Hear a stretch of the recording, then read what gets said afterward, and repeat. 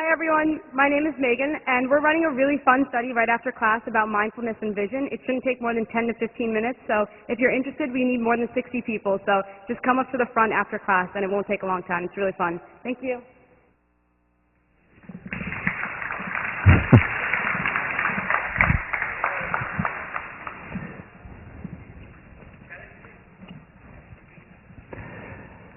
Now there's a story about Gertrude Stein, and she was taking a philosophy class with William James right here in the yard, and they had their final exam, and it was a spring semester course, and she comes into the exam, and it's a day like today, and the exam is about metaphysics and the meaning of life.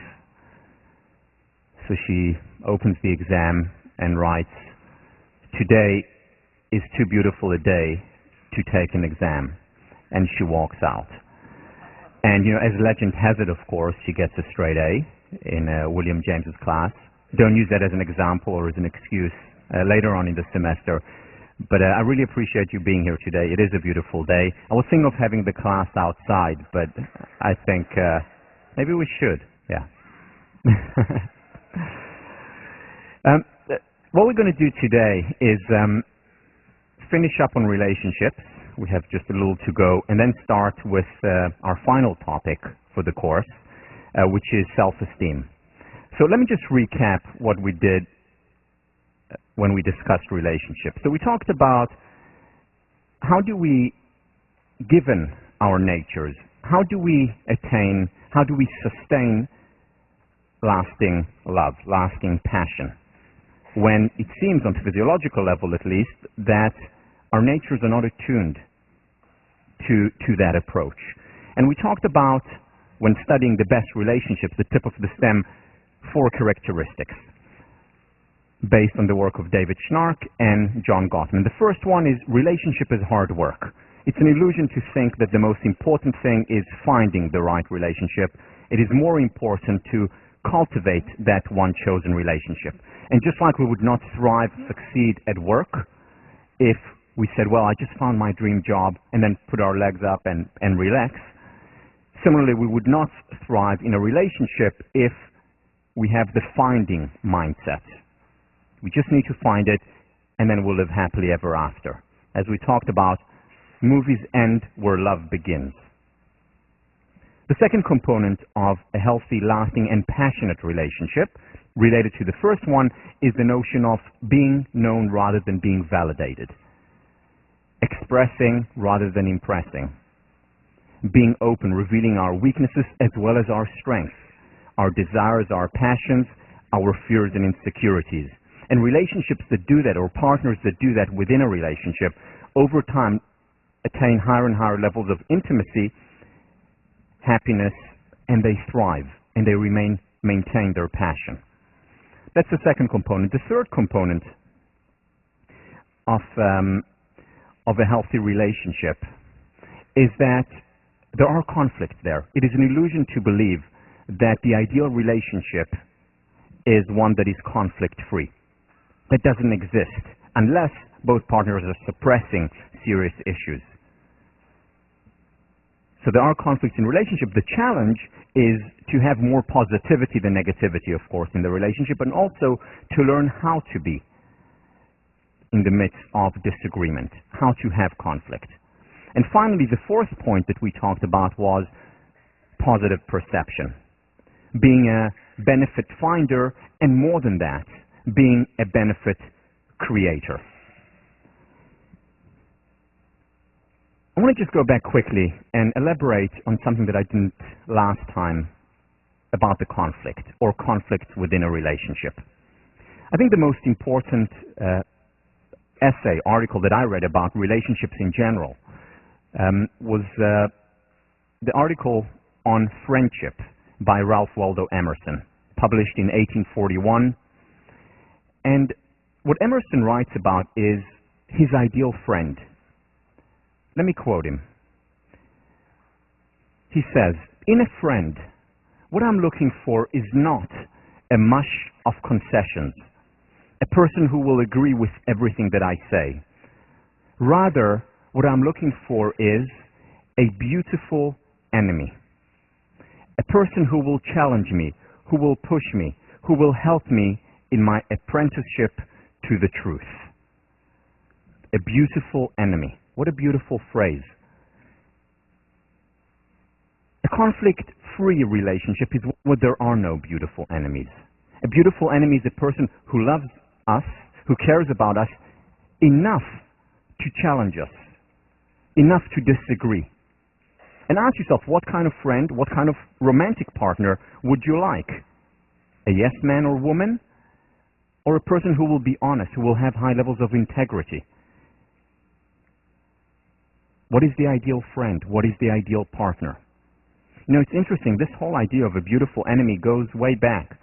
And it goes back to one of the, if not the most influential text in certainly the Western world, which is the Bible.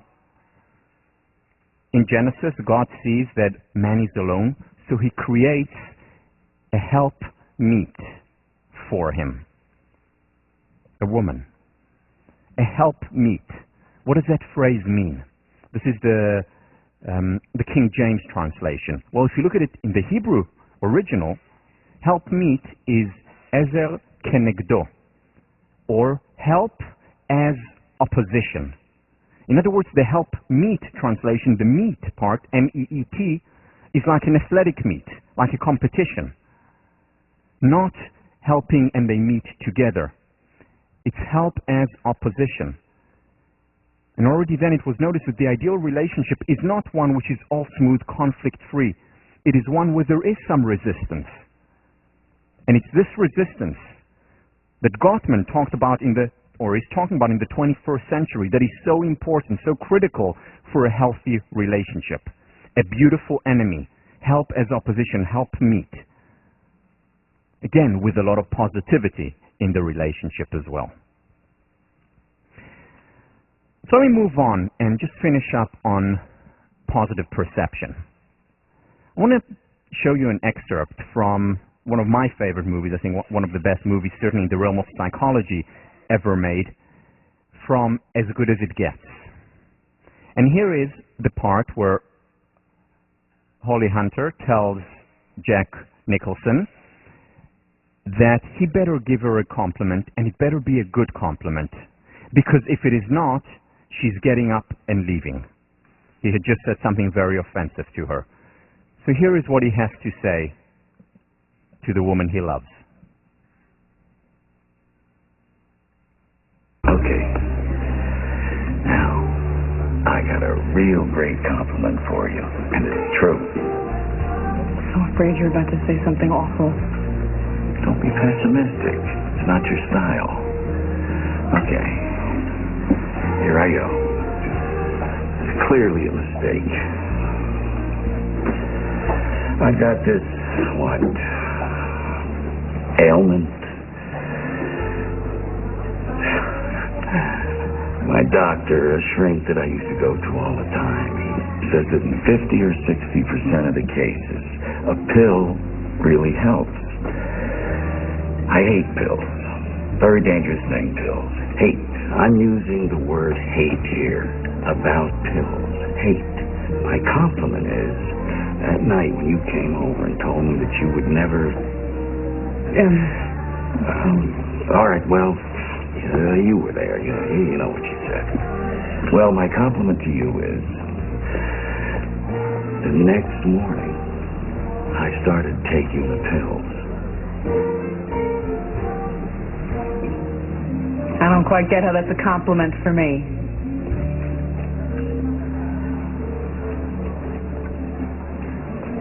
You make me want to be a better man.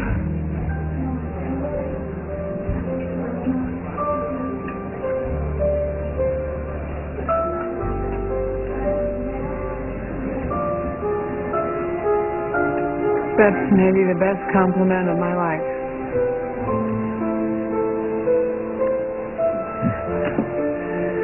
Well, maybe I overshot a little because I was angry just enough to keep you from walking out.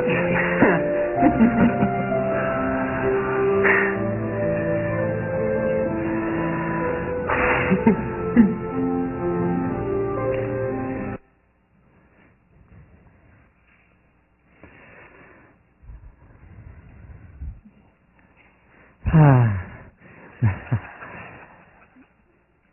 is the essence of benefit creating. You make me want to be a better man, a better woman, a better person.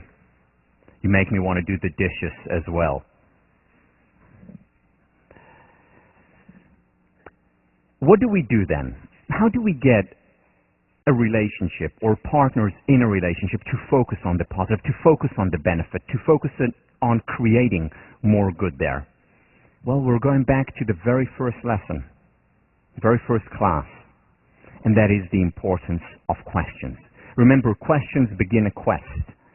When we ask a certain question, we see certain things that we didn't see before. When we ask a certain question, we're also avoiding or not seeing part of reality. Remember the geometric shapes. It's all you saw. You didn't see colors. You didn't see children on the bus. Most of you did not see the clock. And very often in relationships, the questions that we ask after the honeymoon is, what's wrong? What happened? Or what can be improved? And again, these are important questions with very good intentions, but we just avoid or don't see an important part of reality. So the questions that we need to ask are also the positive questions that will allow us to see the children on the bus. What am I grateful for in my partner?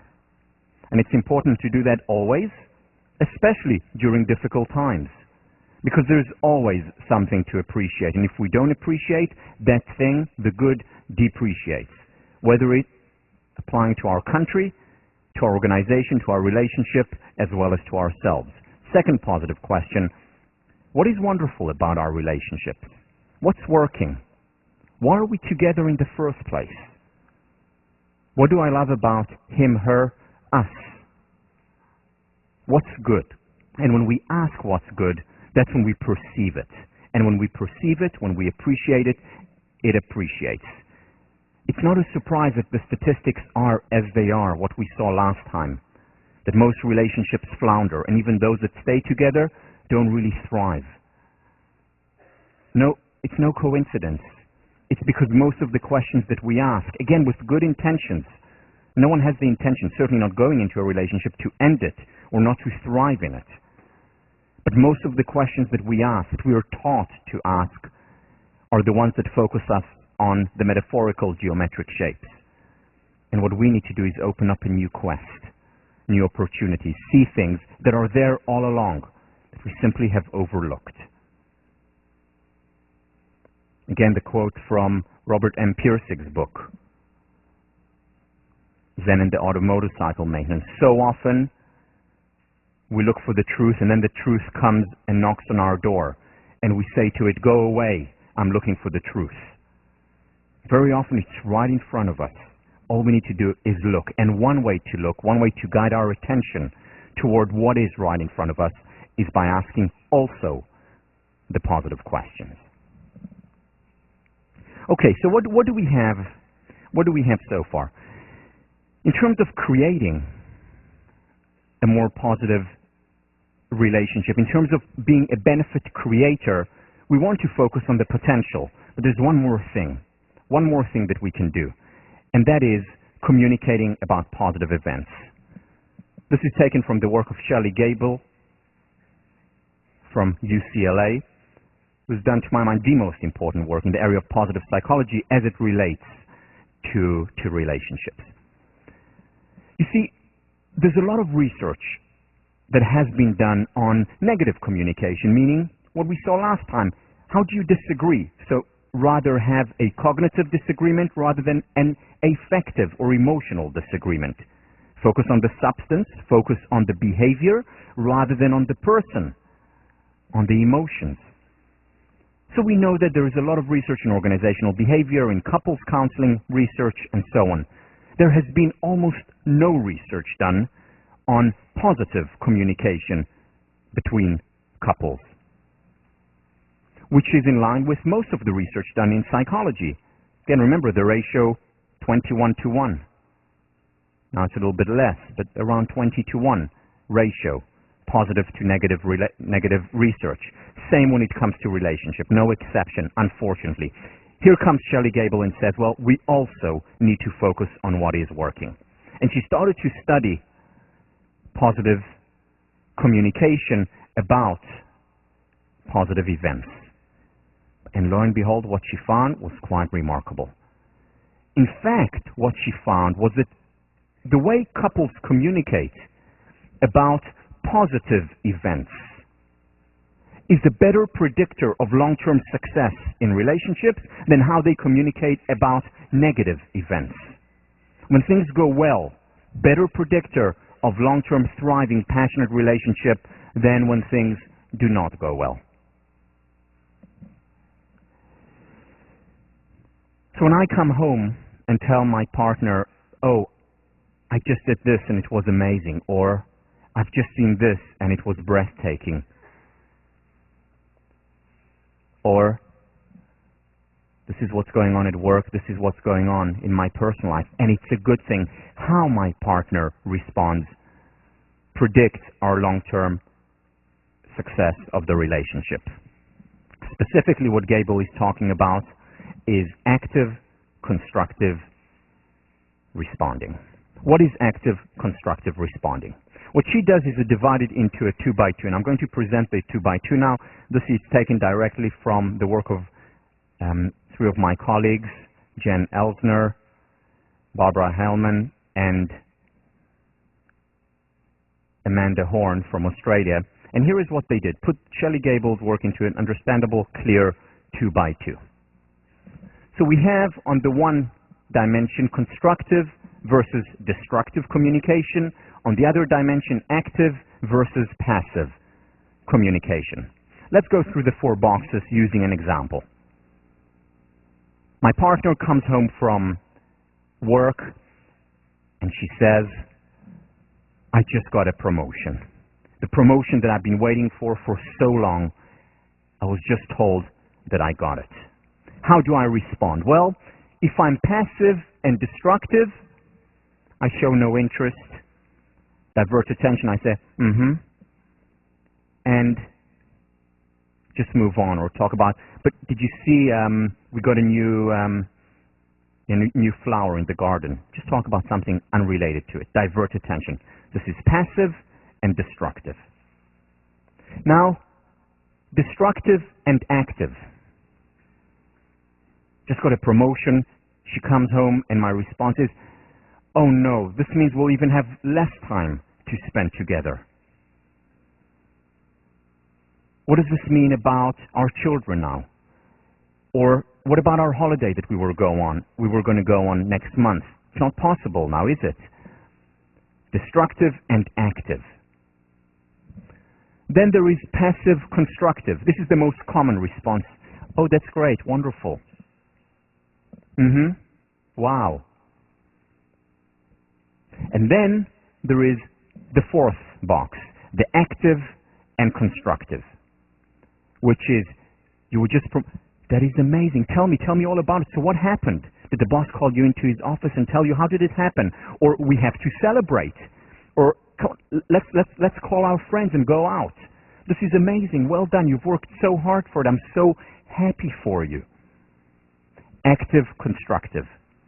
As it turns out, there are consequences, ramifications to each one of these responses. Unfortunately, the active and constructive, not very common. Not very common among partners, especially after the honeymoon phase. So when initially the physiological, the novelty, excitement is there, that happens more often. But after a while, this goes away, and with it, as Shelley Gable has shown, the success of the relationship in the long term. Now, the thing about active constructive responding is that it applies to numerous areas in our lives, not just to romantic relationships. How I communicate with my roommates, how I communicate with my family, parents, children. As a therapist, how I communicate with my clients. Because again, most of what psychology has been about is for the therapist to sit there and to be passive constructive. To smile, wonderful, and then what happened? As opposed to active constructive, and there are consequences. It doesn't mean it's the right approach in every relationship every time, because there are a few constraints here. For example, it has to be win-win events. Let's say my partner comes from work and says, Tal, you won't believe it. I just made the most amazing love with my colleague. He was unbelievable. In fact, I'd never felt this way before. Now, active constructive, do tell more, and what happened then? Very difficult to be actively constructive in this situation for most people, present company included. Very difficult. So it's about win-win. That's not a win-win as far as I can see. It has to be a win-win. In other words, something that both of us, or the relationship, will benefit from, or at the very least, that the other person is not hurt by it. It has to be genuine. It cannot be fake. Because that comes through, especially once the partner knows you. Over time, it just doesn't work. It has to be genuine, meaning we have to get into the role of our partner, identify with, empathize with, be one with, so that we can genuinely respond to it. And if we do genuinely respond to it, and if it is a win-win event, that's when it generates upward spiral on a few levels. First of all, remember, usually when a positive event happens, what happens? There is a spike up, and then effective forecasting, Gilbert's work shows, goes back down again. What effective constructive responding does, which is, okay, tell me more. So how was it? Let's celebrate. Give me more details. I want to know. I'm interested. What it does to that spike is prolong it. It actually keeps it going for much longer than it would have had it just been a positive event and then back to base level. Because we know no matter what promotion we get at work, initially it feels great. No matter what raise, initially it feels wonderful, and then it goes back down again to base level. Active constructive responding actually elongates that raise, that improvement in well-being. So that's one spiral that it creates, feeling better. The second spiral is an interpersonal spiral, meaning a person who actively constructively responds genuinely enters the same upward spiral. Meaning people who do that genuinely become happier as a result of it because they experience the event. And they themselves benefit and become happier. Again, a win-win potentially. And finally, it also does what positive psychology as a whole does, which is build positive capacity. Remember, positive psychology takes us not just from the zero to the positive, it also helps us better deal with the negative to the zero. Partners who actively, constructively respond to one another are building capacity for hard times. In fact, one of the most interesting researches that were done a long time ago was that couples where things went well, where they that language wasn't used, but essentially where they actively, constructively responded to one another and supported one another back in the 1920s. Once the Great Depression hit, the relationship actually became better. Whereas partners who didn't have it good before, the relationship very often dissolved, became worse. In other words, when they built the capacity, it helped them also deal with hard times, such as 1929 and the 1930s.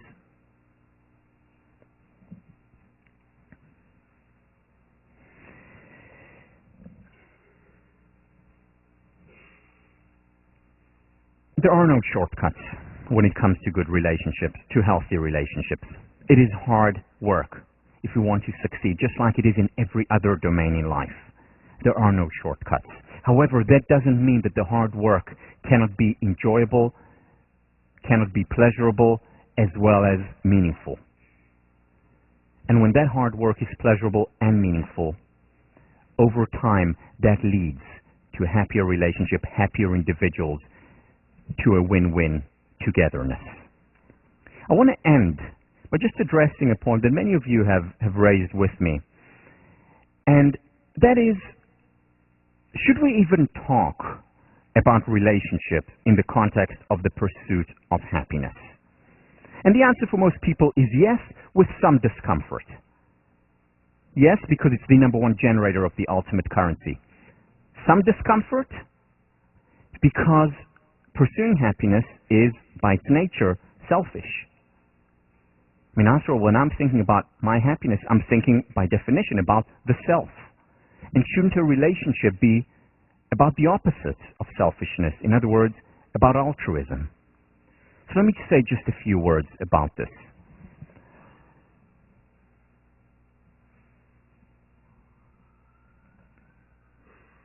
Let's take an example from teaching.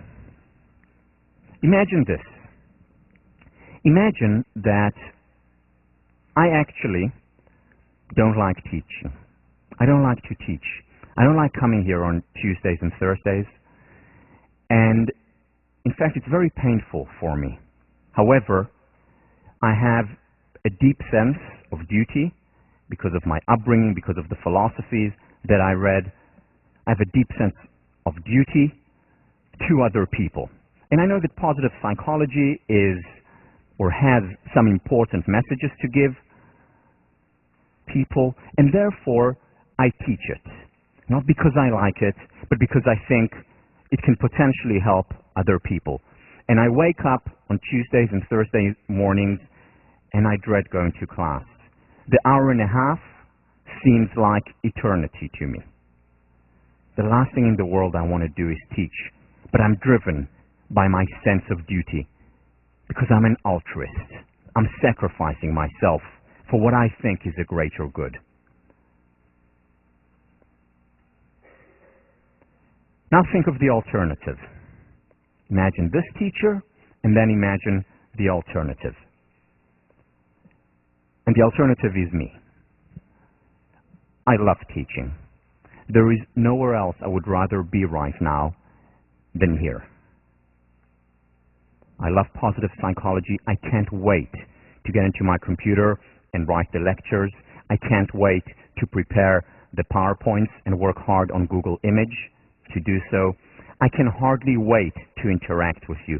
I love being here every Tuesday and Thursday. It is my passion. It is my calling.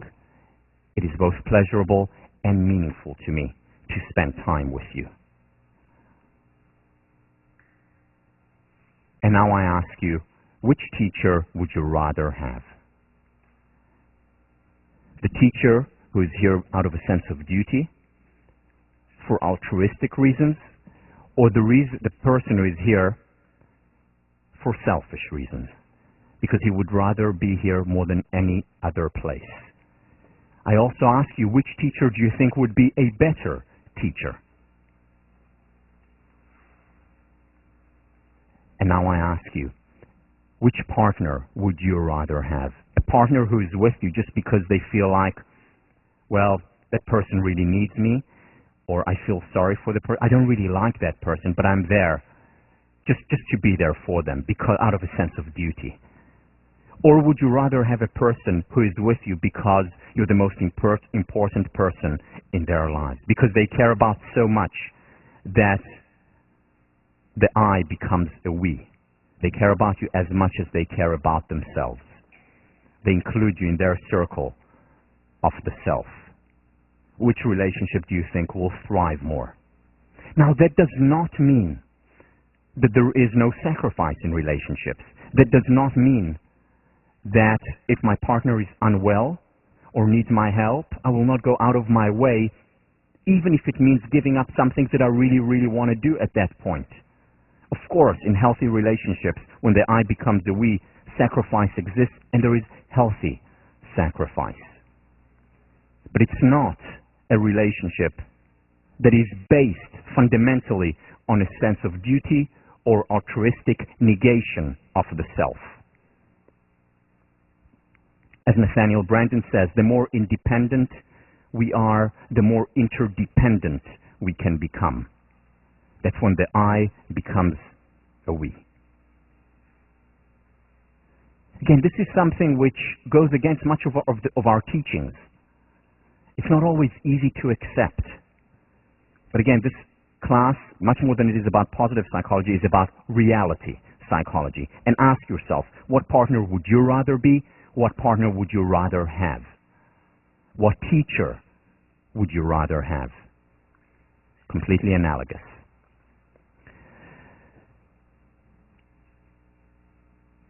Okay, let's move on now to the very last topic of this class.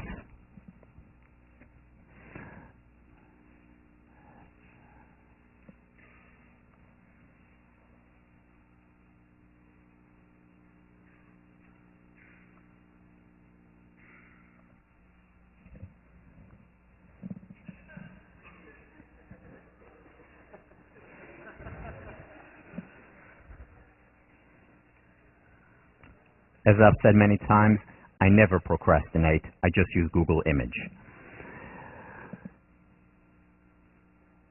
I started to think explicitly about the topic of self-esteem when I was a senior as an undergraduate here. I started to think about it when I noticed another phenomenon. So that was after I'd switched into philosophy and psychology. I was very happy in my concentration. I was very happy in playing on the squash team. Harvard was going great for me. But then I started to notice something that was unclear, it didn't make sense to me. And that was the fact that I had low self-esteem. Or so it seemed at least. And it didn't make sense to me. Because I was doing well, I had won prizes, I'd received a lot of accolades, a lot of support, whether it's from my roommates, friends, family, a lot of pats on the back, in athletics, in academics, and yet I had low self-esteem, and it just didn't make sense to me. And there was another thing that baffled me even more. It was as if, on some level, I was punished by success. What do I mean by that? Every time when I would succeed, or when I did get praise, my self-esteem would increase, would improve. But then, very quickly afterwards, it went down back to its base level, and even lower. And in order to raise it back up again, I needed even more praise, even more accolades than I needed before. And the metaphor that kept on coming to mind was Sisyphus pushing a rock up a mountain. I would push that rock up the mountain, struggle, till the next victory came. And the next victory came, and I got the praise, I got the accolades, I got the prize. And my self-esteem was high. I was on top of the mountain. And then this rock would be rolled down again. And I would have to run down and start pushing it up again, only this time the hill was even steeper. And I would have to struggle even more. And I would get up there again, and then it rolled back down.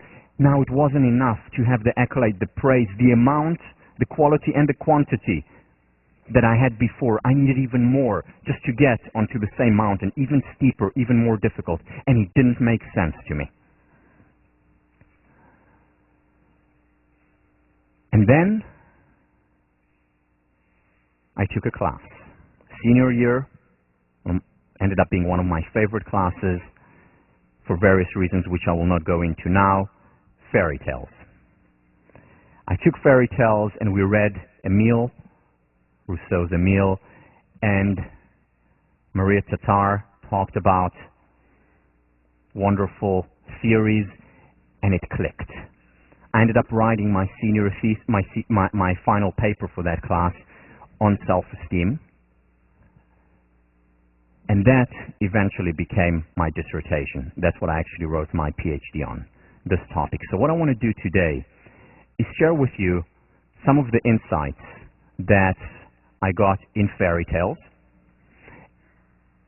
as well as other thinkers who have been thinking about this topic of self-esteem, because it is important. It is not for nothing that I end the course with the topic of self-esteem, because it is at the foundation, at the core of so many of the other things that we discussed, whether it's healthy relationships, whether it's happiness in general, whether it's benefit finding or benefit creating, whether it's being known rather than validated. Self-esteem encompasses so many of these ideas. So here is what we're going to do. First of all, we're going to talk about why it is important. A lot of misunderstanding about what self-esteem is and is not. We're going to talk about some theories that can apply to our lives. Then we'll elaborate on the paradox that I just talked about, that sometimes success actually leads to lower levels of self-esteem. And why does that happen? We'll explain that.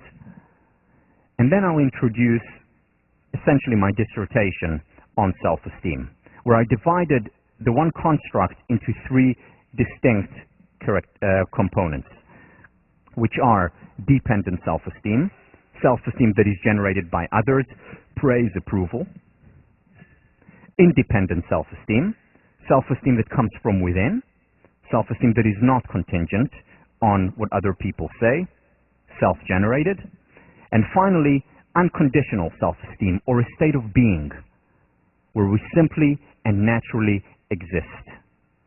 So I'll talk about these three levels and how we can cultivate independent as well as unconditional self-esteem. And finally, we'll end next time by talking about how we can enhance our levels of self-esteem. Now, many people, when they listen to a lecture on self-esteem, go into evaluation mode and say, okay, so do I have high self-esteem? I meaning you. Or is my self-esteem higher than the person sitting next to me, or my partner or friend? And the answer to this question is, you can't really know. I mean, we can't measure self-esteem, quote-unquote, objectively. We don't really know where it is in the brain yet. We may be able to 10 years from now or 20 years from now. But that's not an important question. Just like, am I happy or not, is not an important question. In fact, a misleading question. The question, rather, remember, is how can I become happier? The same with self-esteem. The question is not do I have high or low self-esteem, but rather how can I enhance my self-esteem? Because as I'll argue shortly, there cannot be too much self-esteem. But sometimes people associate with too much self-esteem, which is arrogance and conceit and narcissism, is not self-esteem. In fact, it's the exact opposite. It's lack thereof. So having a stronger sense of self is a good thing. And the question is, how can I enhance it? Today, my self-esteem is higher than it was when I started thinking about it 15 years ago. And hopefully 15 years or 5 years from now, it will be higher than it is today. It is a lifelong process. And we'll talk about how that lifelong process unfolds and what we can do to expedite it, to intensify it. So first of all, definition of self-esteem. There are numerous definitions. Let me read you just a few from the main thinkers in the area. So Albert Bandura, Stanford professor, explains gauging self-esteem, quote, in terms of how people evaluate themselves. Those who express the sense of unworthiness are said to have low self-esteem, whereas persons who express self-pride are said to hold themselves in high esteem. Another well-known thinker in the area, Germain, defines self-esteem as the judgment and feelings about the self. Very simply, the judgment and feelings about the self. Cooper Smith, one of the most important thinkers in the area, self-esteem is an evaluation which an individual makes and customarily maintains with regard to himself. It expresses an attitude of approval or disapproval and indicates the extent to which the individual believes himself to be capable, significant, successful, and worthy. Capable, significant, successful, and worthy. In short, self-esteem is a personal judgment of worthiness that is expressed in the attitudes the individual holds toward himself. It's about the attitude that I have toward myself. It's the evaluative part of the self-concept. The definition that I will use, that I used in my dissertation, and I think that captures best what self-esteem is about, is Nathaniel Branden's. Nathaniel Branden, considered by many to be the father of the self-esteem movement in this country, if not the world, a therapist and a philosopher that has been working in the area for 50 years, defines self-esteem as following.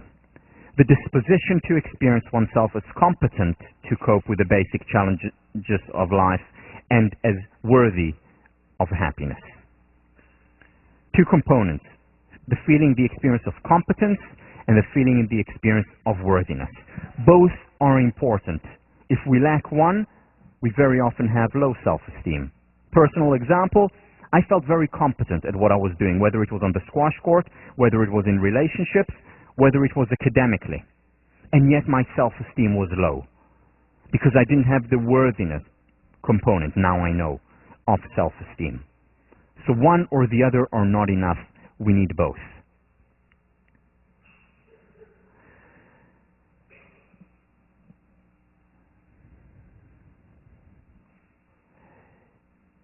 Nathaniel Branden continues, of all the judgments we pass in our lives, none is as important as the one we pass on ourselves. Why? Because we're constantly with ourselves. It affects every area of our lives when we're alone, when we're with others, when we're at work, when we're working by ourselves, when we're in a team. It affects every area of our life. As Goethe said, the greatest evil that can befall man is that he should come to think ill of himself. So high self-esteem is important, or self-esteem, a sense of self, is important. And yet, if we look around us, if we look within us, there is much room for improvement. Some people more than others, but for everyone, there is room for improvement. Here are some of the benefits associated with high self-esteem. First of all, mental health, higher levels of resilience, dealing with difficulties. And this applies to kids who are 6 years old or to 96-year-olds. Throughout our lives, the higher our levels of self-esteem, the more resilient we are, the better we're able to deal with anxiety, with depression, with the inevitable hardships that arise. Relationships improve. This applies very much, as we'll see later, to romantic relationships. It applies as much to friendships. It applies as much to family relationships. In the words of Branden, self-concept is destiny. Beliefs are self-fulfilling prophecy. If I think of myself, believe in myself, believe that I'm worthy, that I'm capable of a lot, I'm much more likely to succeed. Remember the two predictors John Cotter had for highly successful HBS grads. The first one was that they were always asking questions, always wanting to learn more. The second was that they believed in themselves. This is what distinguished the most successful from the rest. Self-concept is destiny. Emotional intelligence, a concept popularized by Daniel Goleman, initially introduced by Salovey from Yale, by Gardner from Harvard. How effective we are with others. Our intrapersonal intelligence, our interpersonal intelligence, together making emotional intelligence much higher for people with high levels of self-esteem.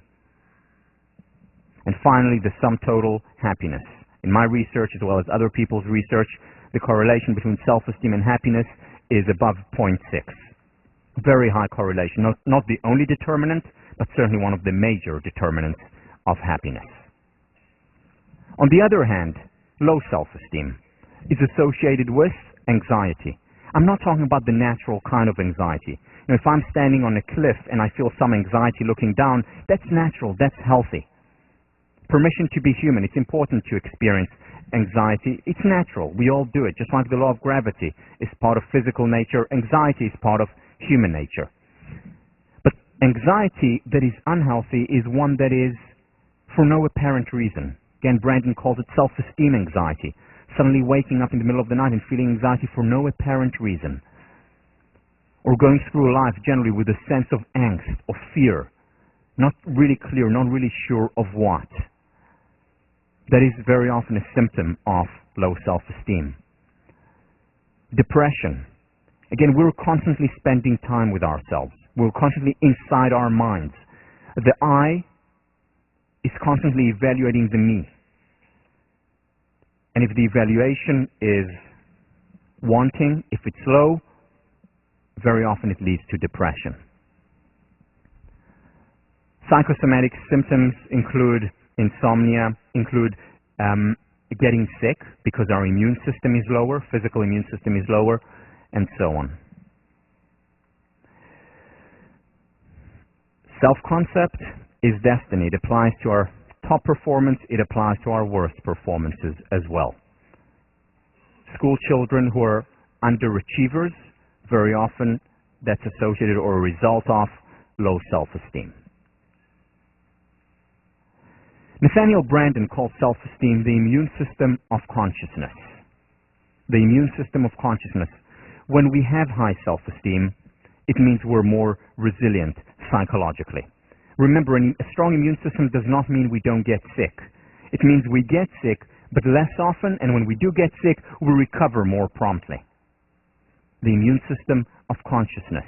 It means that sickness is the exception, well-being is the rule. It means that we're pursuing happiness rather than constantly running away from unhappiness. These are all signs of high self-esteem versus low self-esteem. Resilient psychology. Bednar and Peterson, two researchers in the area, asked the question, what is the underlying cause, or is there an underlying cause to most psychological disorders and ailments? And what they came up was with one construct, and that was self-esteem. Self-esteem is critical, first of all, in understanding many of the emotional and behavioral problems, and second, in terms of treating most, not all, but most of the emotional and behavioral problems. Self-esteem at the core. Finally, it doesn't just apply on the individual level, it also applies on the societal level. There was a California task force by the government that coined self-esteem as a social vaccine, because what they found was that self-esteem was associated, low self-esteem was associated with substance abuse, teen pregnancy, school dropout rates, violence, and crime. And high self-esteem did the opposite, helped overcome these social ailments. Again, not a panacea, but helps in many ways. So self-esteem is good. Self-esteem, in fact, is great. It's important. However, not all is rosy in self-esteem land. And there are some criticisms, and some criticisms by very important thinkers in the area. One of them, the leading one, is Roy Baumeister from Florida, equating self-esteem with arrogance and conceit. Because if you take a questionnaire of narcissism, those who are high on narcissism will also score very high on a self-esteem measure. But here lies the problem. And here in the paper that you're reading is how we can debunk at least this criticism. There are others. You see, a person who is a narcissist, who is arrogant, doesn't have high self-esteem. I mean, we all know that's common sense. Someone who walks into the room immediately looking like a peacock, showing off, bragging, does that person have high self-esteem? Probably not. A person who is humble, who doesn't need to constantly show off, is usually the person with higher levels of self-esteem. As Rollo May, one of the founders of the humanistic psychology movement, says, the person who feels weak becomes a bully, the inferior person a braggart, a flexing of muscles, much talk, cockiness, and endeavor to brazen it out are symptoms of covert anxiety in a person or a group. It's the exact opposite of self-esteem. Unfortunately, today, our measures of self-esteem are through questionnaires. And if you ask a narcissist, do you have high self-esteem? The answer will, of course, be yes. However, the questionnaires are not most of the questionnaires are not sophisticated enough today to differentiate between true self-esteem and what Nathaniel Branden called pseudo-self-esteem, the pretense of self-efficacy and self-respect. Soon, we'll be able to measure that much more objectively. So that's for narcissism, but there are other criticisms, and that is that self-esteem, high self-esteem, leads to unrealistic evaluation, and that ultimately hurts people. Let me read you something from Times Magazine, a report about a certain test that was given to kids, 13-year-olds in different countries around the world. A standardized math test was given to 13-year-olds in 6 countries last year. Koreans did the best, Americans did the worst, coming behind Spain, Ireland, and Canada. Now the bad news. Besides being shown triangles and equations, the kids were shown the statement, quote, "I'm good at mathematics," unquote. Americans were number 1 with an impressive 68% in agreement. American students may not know their math, but they have evidently absorbed the lessons of the newly fashionable self-esteem curriculum wherein kids are taught to feel good about themselves. Where kids are taught to feel good about themselves, and I will add, no matter what. Because teachers, many teachers have learned to just give indiscriminate praise. Why? Because self-esteem is good, it's a social vaccine, and there's a lot of research to back that up. And how do you enhance self-esteem? By showering people with, "Oh, you're terrific, you're wonderful, you're great." But that, it turns out, does not help these students. In fact, in the long run, in the short term, it feels good, but in the long term, it actually reduces their motivation to work, it makes them unrealistic, and in the long run, it makes them less happy than they potentially could have been. In fact, it boomerangs. Again, with good intentions, because they want to raise their self-esteem. So how do we salvage self-esteem? By understanding its true nature. First of all, self-esteem is not a product of empty reinforcement. "Oh, you're wonderful, you're terrific, you're great," no matter what. That hurts self-esteem in the long term. Self-esteem has to be distinguished from pseudo-self-esteem. Once again, the pretense of self-efficacy and self-respect without the reality. That's not self-esteem. That's narcissism. That's detachment from reality. And as we've been talking about constantly, psychological health is a function of connection to reality. So what is self-esteem? Self-esteem is founded in reality, in actual performance, in actual success, in actual practices. It is a product of hard work. Okay, do you remember the secret of success from 2 months ago? Optimism, belief in oneself, passion for what one is doing, and finally, hard work. That's the secret. Again, something we all know, something that is commonsensical. But again, common sense, in Voltaire's words, is not that common.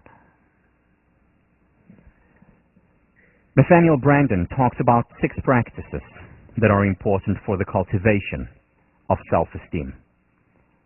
First, integrity. That's your response paper this week. To raise levels of awareness about integrity. And integrity means a match between what we say and what we do. The little things and the big things. Whether it's, "I'll be there at 5 minutes after 5, being there at 5 minutes after 5. Saying that I'm going to work out this week and actually doing it.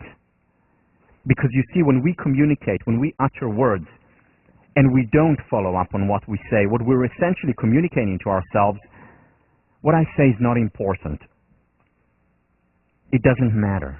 Whereas when I maintain high levels of integrity, when I keep my words, and again, no one is perfect, no one has perfect integrity, as we'll talk about next time, but when I generally keep my word, when I follow up on what I say, when I under-promise and over-deliver, that's when I communicate to myself in action.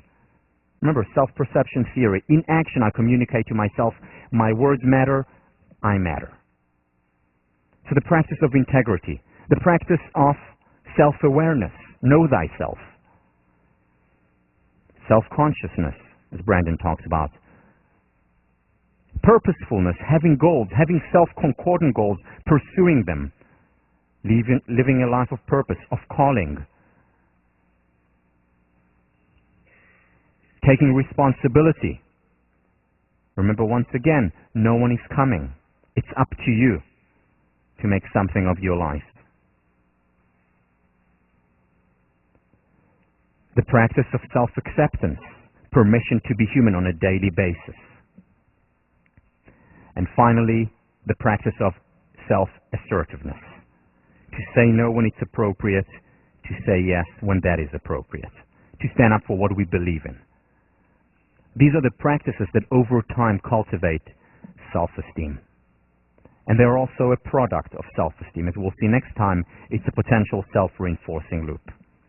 So this is what self-esteem is. But there are more problems. There are more problems in self-esteem land. Here is another important criticism. You see, a lot of research shows that people with high self-esteem are more generous and more benevolent toward others. They're generally good. They're nice. A lot of research shows that. So that's wonderful, terrific. However, there is also a lot of research that shows the exact opposite. That people with high self-esteem display antisocial behavior, whether it's toward people they don't know, especially toward people close to them. It's been associated with aggressive and uncooperative behavior. Levels of hostility associated with high self-esteem in some studies. There are contradictory evidence. Doesn't make sense. What's going on in self-esteem land? Hasn't been resolved until recently. Another criticism of self-esteem is what I mentioned, the paradox of self-esteem. You see, the praise that I received as a senior here, or as a student here in general, was praise that was based on reality. You know, I did well in squash, I got praise for that. I did well academically, I got praise for that. So it was real, it was grounded in reality, and yet I still felt like I had low self-esteem. In fact, the more praise I got, in many ways I felt that the rock became heavier and the mountain steeper. And that is not explained by traditional self-esteem research. Bednar and Pedersen talk about this paradox, and they give examples in their book, and this is the first place where I found someone talking about something that I'd experienced for many years. They talk about the paradox where very often success is associated with low levels of self-esteem. So let me read to you an account of a client that they had, they're a therapist, who has been very successful. And here he is writing in his journal. For the past several years, I felt that my life was meaningless. This was an ironic state of affairs, considering all that I'd accomplished. Friends and relatives were always lauding me for my good looks and intelligence. I was the first person on either side of my family to graduate from college, doing so with honors. I had a good job with an important accounting firm. I had plenty of dates. By all outward appearances, my life was very fulfilling. Yet I was miserable and felt increasingly depressed. 6 months of psychotherapy had helped me to catch an occasional glimpse of the underlying cause of my unhappiness. It always seemed to involve low self-esteem or my disapproval of myself.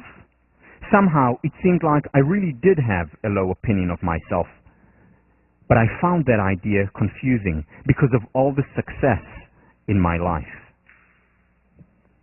Bednar and Pedersen talk about or introduce there the paradox of self-esteem. That's what they call it. Self-esteem is not associated with success. It's not associated with social status, with money. It's associated with other elements. In fact, as the paradox shows, very often more success leads to more difficulty in this realm. It was this difficulty that I wanted to explore and explored in my research. And this is the formulation that I introduced.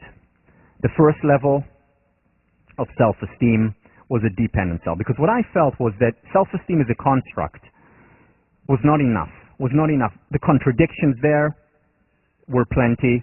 The paradox there was not explained by the notion of self-esteem.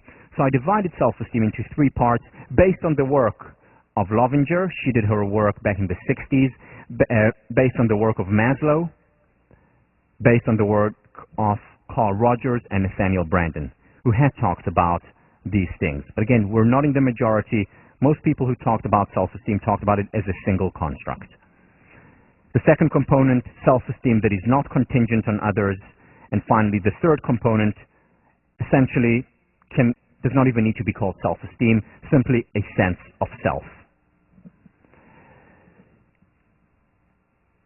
Let me begin with each one, describing each one. And what I'll do in describing each one is talk about the two components of self-esteem. So essentially what I'll create is a 3x2.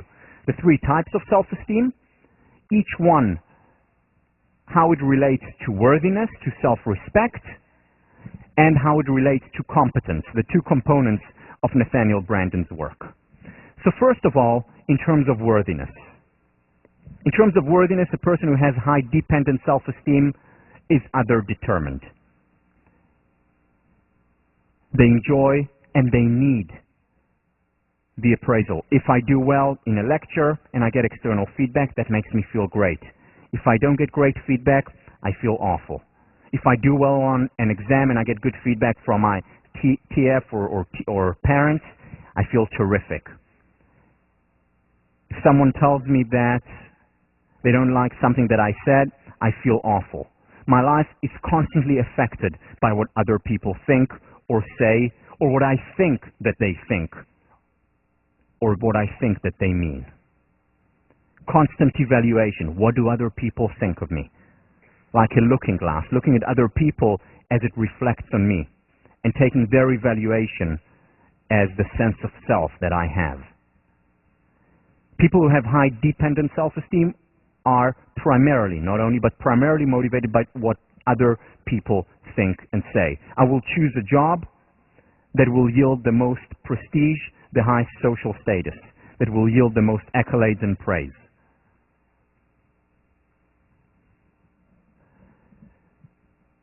I will choose a partner where I think most other people will approve of and like. Again, the sense of self contingent on other people. The important decisions are made based on other people's approval or disapproval. Second, sense of competence. The second component of self-esteem, according to Branden, comes through other comparison. How am I doing relative to other people? If I do better than others on a test, I feel great. If others do better than I do, no matter how objectively good or bad it is, what matters is how I'm doing relative to others. William James captured this. He said, I, who have staked my all in psychology, am mortified when others know more psychology than I, compared to other people. In fact, most psychologists have talked about self-esteem as dependent self-esteem. The work of Cooley, talking about the looking glass metaphor. The work of Mead back in 1934, talking about dependent self-esteem. How we evaluate ourselves depends on what others say or think, or what we perceive they think or say about us. Most of the thinkers have talked about it. This is best captured, and this is where I thought about it for the first time in fairy tales. This is best captured by the evil queen. Mirror, mirror on the wall, who is the fairest of them all? And as long as the mirror says, you, my queen, are the fairest of them all, she feels great. As soon as there is one person who is more fair than thee, immediately she's mortified. The two components of self-esteem here. First of all, other-determined. I'm asking a mirror to evaluate me, not self-determined. So my worthiness comes from an external source. And second, competence. I compare myself to others. Is there anyone who is fairer than I? Dependent self-esteem. Now, I've quite literally now caricatured dependent self-esteem. So let me make it this very clear. Everyone has some dependent self-esteem. There is no person that I've met or have heard of who is oblivious to what other people think or say, or to social comparisons. It's part of human nature. Nature to be commanded must be obeyed. If we fight it, it will only intensify, as we've seen numerous examples throughout the semester. Permission to be human, and part of being human is that we all have some dependent self-esteem. The question is of degree. The important thing to understand about this model, the three levels, is that it's an epigenetic model. It is an epigenetic model. And I have no idea what that means. No. Epigenetic is that you first need to get past the first stage in order to get to the second stage. You first need to get past the second stage in order to get to the third stage. That you cannot skip, for example, from stage 1 to stage 3 without going through 2.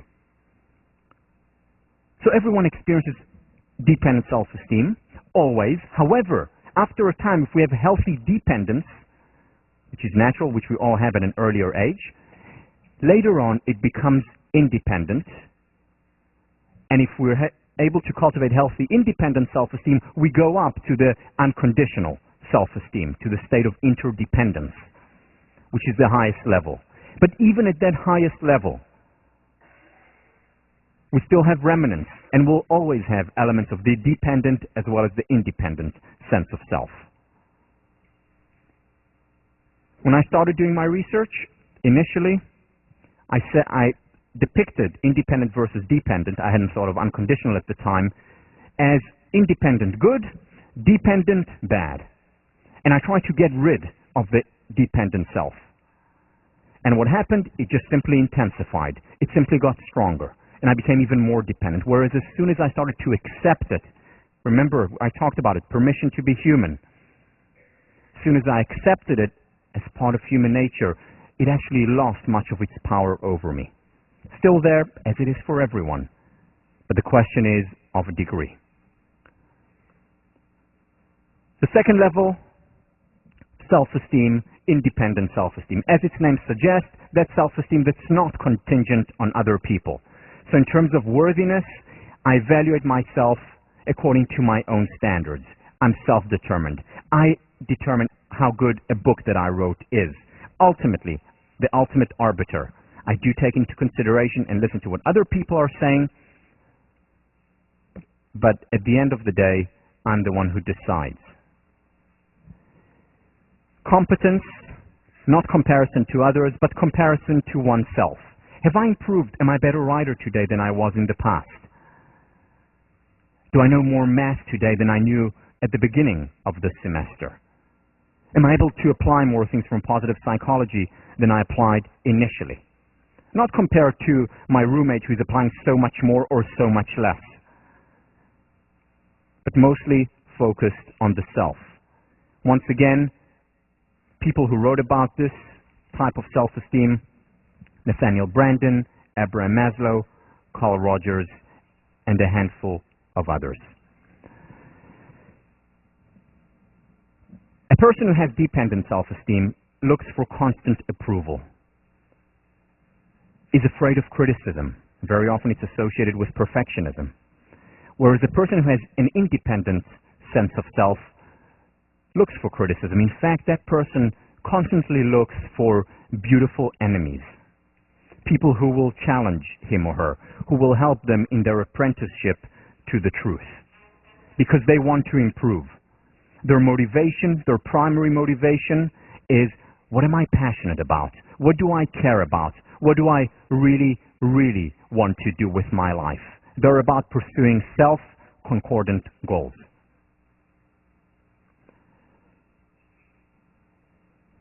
A friend of mine, Mike Moldavano, philosopher, writes about dependent self-esteem. And he says that this person answers or is associated with the following.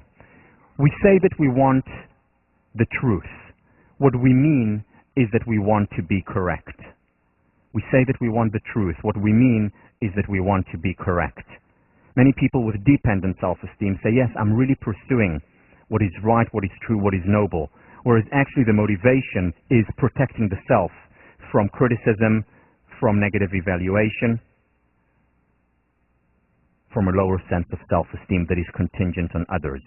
And once again, in contrast to saying we want the truth, meaning we want to be correct, we have the person with independent self-esteem who wants beautiful enemies, who really is an apprentice to the truth. To summarize, the Initially, the first 2 by 2.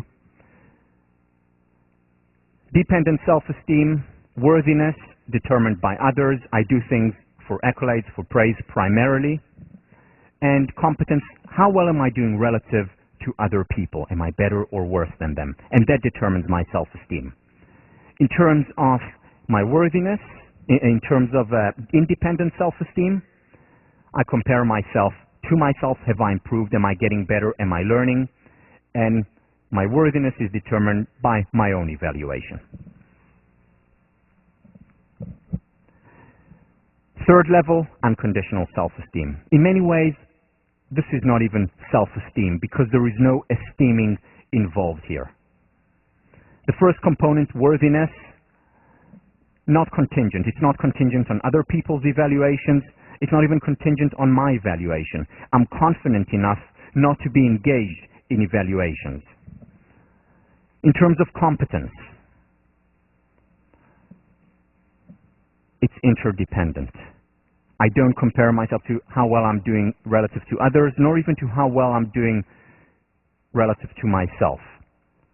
I'm in a state of being, interdependence with others, fully comfortable in my own skin. For example, a person writing a book who has high dependent self-esteem is primarily motivated by the accolades, by the praise that he or she will get. A person who has high dependent and also by how well that book is doing relative to other books. A person with independent self-esteem writes a book and derives pleasure and satisfaction from writing better than he or she did in the past, from improving, as well as from self-evaluation of the book. This is good. A person who has unconditional self-esteem simply writes a book. Why? Because he or she wants, if they have a good idea, a good book to be out there. They derive as much satisfaction, as much pleasure when they see another person's book who is good. They're interdependent. They see themselves as one with others. Once again, everyone has some components of dependence, some components of independence, and some component of unconditional self-esteem. The question is of degree. The model is epigenetic. It takes a lifetime very often to cultivate more and more of the unconditional self. Now, one of the criticisms that I face and other writers who have written about unconditional self-esteem is that to be at this stage of where I don't really care or don't care that much about whether I get criticism or evaluation is that one becomes detached from others, that one does not care. But that is not the case. You see, there are many parallels between unconditional self-esteem and the Buddhist conception of detachment. Let me read to you something that was written by the Buddhist nun Thubten Chodron, and I quote, "Ordinarily, we become very upset when we are criticized or insulted. We're angry when our possessions are stolen. We're jealous if someone else gets the promotion we wanted. We're proud of our looks or our athletic ability. By contrast, when we reach the state of detachment, our mind becomes clearer and more capable of enjoying things for what they are. We live more in the present, appreciating things as they are now, without fantasies about what they are or will be. We become less ego-sensitive to every action other people do in relation to us."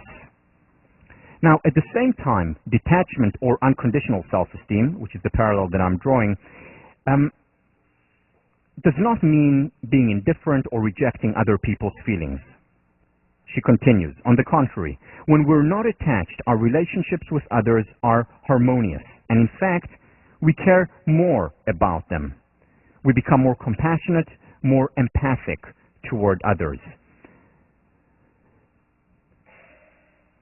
Detachment or unconditional self-esteem simply means that we are distancing ourselves or not experiencing as much feelings of jealousy, feelings of envy, constant superiority or inferiority, ongoing comparison to others. It means on many levels that we are one with them. This is what the research shows. You know, in fact, you can think about unconditional self-esteem as parallel to going to a movie. When you go to a movie, what happens? You're empathizing with the characters there.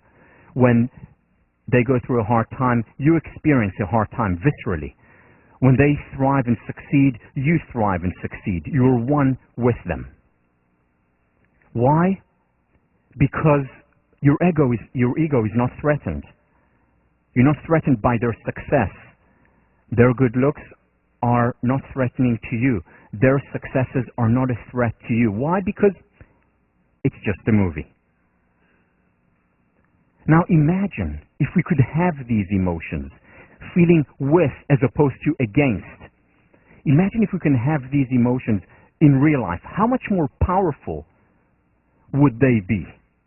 This is the experience, again, of a movie, but so much more powerful because it's real, of a person who has high levels of unconditional self-esteem. Cultivating self-esteem, unconditional self-esteem, takes time. It's a lifelong process. In many ways, it's parallel to learning how to walk. What happens when we learn how to walk? Initially, we can't. After a while, we're able to get up, but we need some help. We're dependent on a chair, on our parent to hold us, dependent on other people. Next level, after a while, is independent. We're able to walk by ourselves. But we walk still by thinking about picking up this foot, and we're precarious, we're uncertain, but we're independent. Later on, we simply and naturally walk. We don't need to think about it constantly. When it comes to a sense of self, initially there is no sense of self when we're born. After a while, the sense of self is dependent on other people, other people's evaluation.